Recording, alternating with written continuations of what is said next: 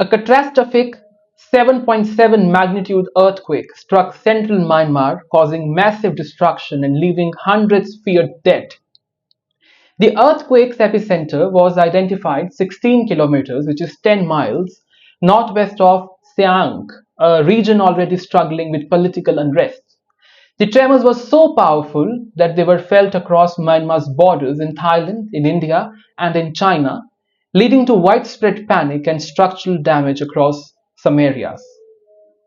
Sagaing, the hardest hit region, is a stronghold of pro-democracy resistance group fighting against the military junta that seized power in 2021. The ongoing conflict had already displaced millions and left communities in ruins. Now, the earthquake has further devastated an already suffering population. The situation is not very good in this country at this point of time. The rescue operations in Myanmar have been slow due to restricted access, damaged infrastructure, and an ongoing political turmoil. A member of rescue team in Mandalay reported that while the exact death toll remains unknown, it is, and I quote, at least in the hundreds.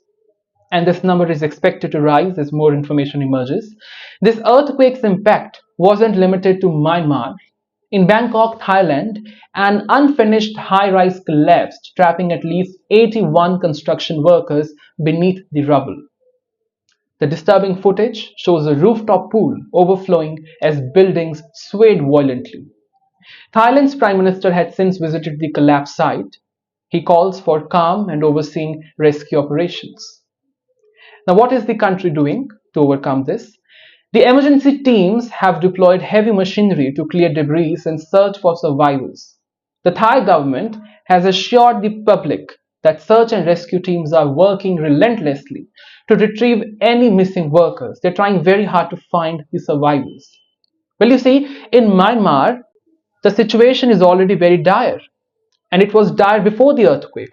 According to the United Nations, nearly 20 million people, and this is 1/3 of Myanmar's total population, they were in urgent need of aid.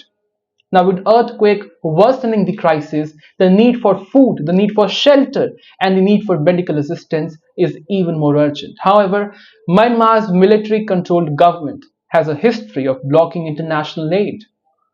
In 2008, when Cyclone Nargis killed over 130,000 people, the military initially refused foreign assistance, delaying life-saving efforts. Given the current political climate, there is concern that history could repeat itself. Even before the earthquake, the transportation routes were limited due to military blockages. Now, damaged roads and collapsed bridges are making it even difficult to reach the remote areas. Relief workers are struggling to provide assistance as the government and the military restricts access to independent media and humanitarian groups. So what international organizations are doing? Many international organizations have called for immediate intervention to prevent a full-scale humanitarian disaster in the country. With homes reduced to rubble and thousands left injured or displaced, the question remains, will Myanmar's government allow the aid it desperately needs, its people desperately needs? Well, for now, rescue workers continue to dig through the devastation, hoping to find survivors amid the ruins. The world watches as Myanmar faces one of its most challenging moments in the recent history, and I hope things get better very soon.